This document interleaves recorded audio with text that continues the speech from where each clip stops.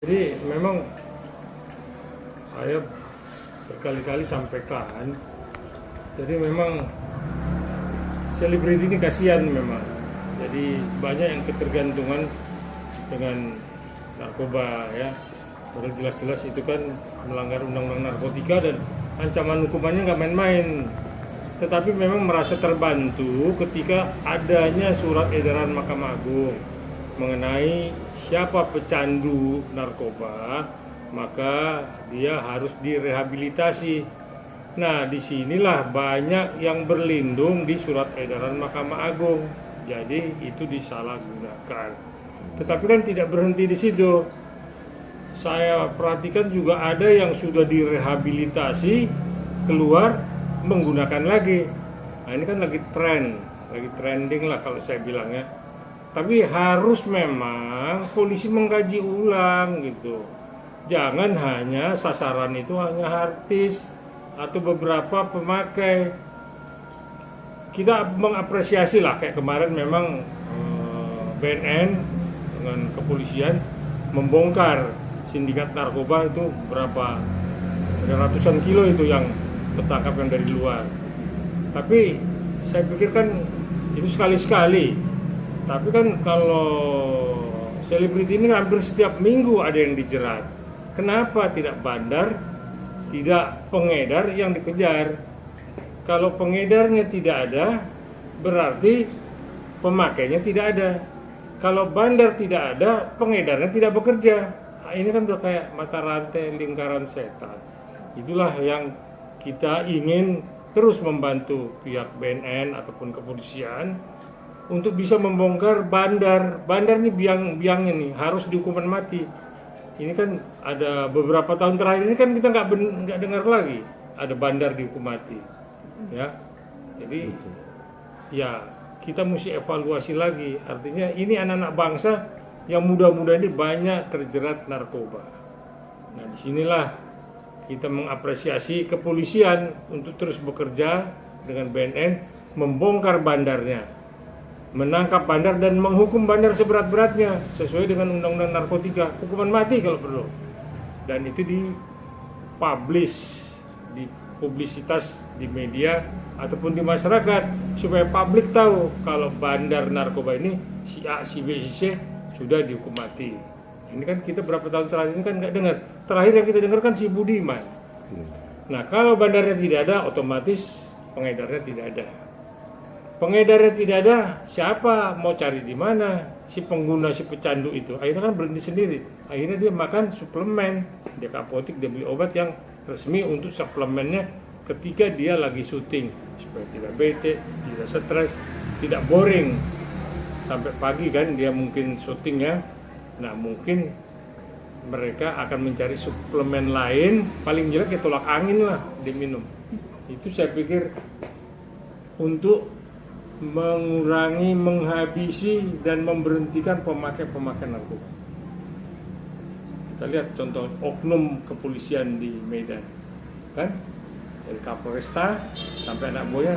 Saya baca tadi pagi 5 orang yang diseret narkoba di Polda Sumut di Polresta Medan, pecat langsung.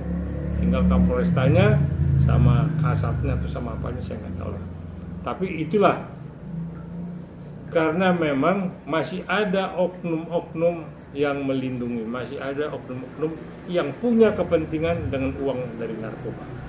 Tapi ketika kemarin ditangkap lagi dibongkar ada ratusan kilogram sabu, kita mengapresiasi.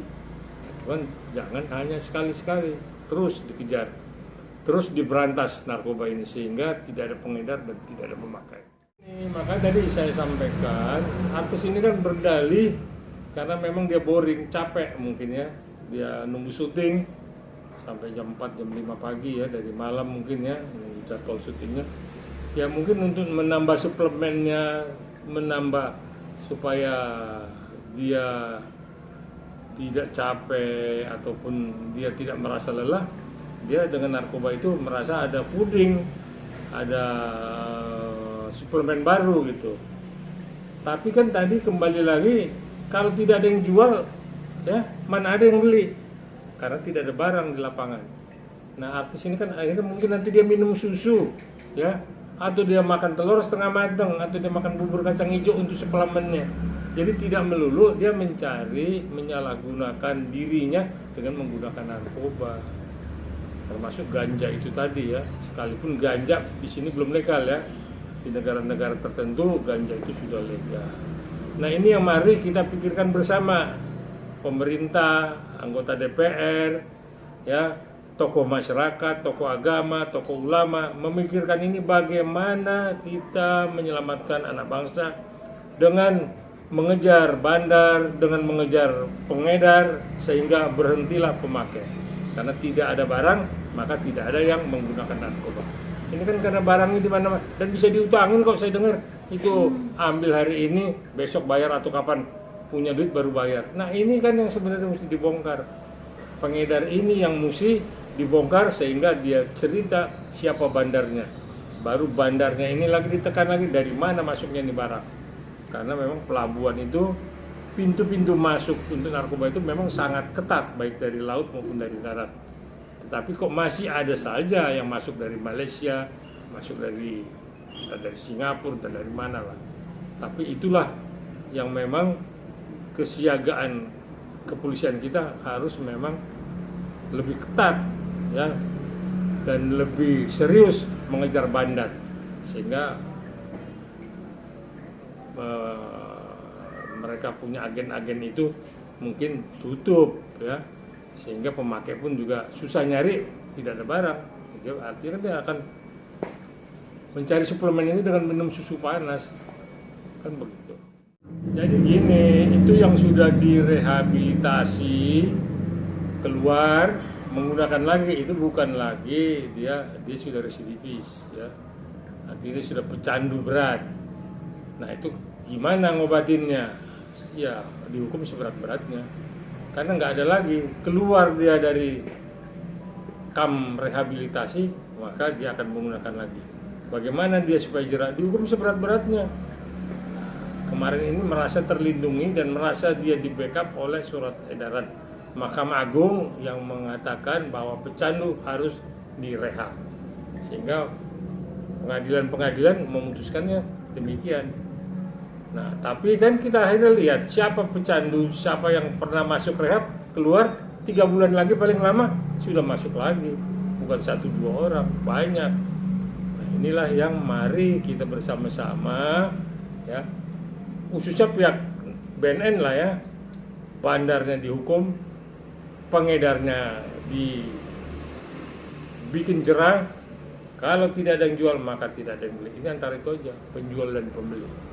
Tapi di belakang itu semua bandar yang berperan, bandar yang punya uang. Nah, saya salut dengan Kapolri kemarin dengan mengusut tuntas Kapolresta Medan dan memecat 5 oknum kepolisian di Polresta Medan. Yang lain-lain nanti Kapolri lah yang menindak secara tegas. Tapi saya salut, ketika bawahan salah maka kepalanya lah yang dianu. Karena kepalanya yang busuk katanya, itu yang mesti dipotong sehingga ke bawahnya bagus. Nah ini kalau bandarnya sudah dipotong, pengedarnya dipotong, nggak ada lagi barang, tidak ada lagi pemakai. Indonesia bebas narkoba. Kita masih darurat narkoba, tapi kita mengarah kepada bebas narkoba. Berarti Asal jangan oknum pada ikut campur. Perlu dievaluasi ya. Jadi tidak mereka berlindung di surat edaran Mahkamah Agung ya, SEMA namanya ya. Tapi itu juga enggak, artinya sebenarnya enggak lah, bandarnya aja lah. Saya sih cenderung bandar sama pengedar itu aja. Kalau tidak ada barang, tidak ada yang memakai. Nah, ini antara kebutuhan dengan penjual, itu kan udah lingkaran setan. Nah inilah BNN, kepolisian, kerja keras dibantu dengan masyarakat, tokoh agama, tokoh masyarakat juga memberikan informasi kepada kepolisian atau BNN untuk membongkar jaringan internasional narkoba.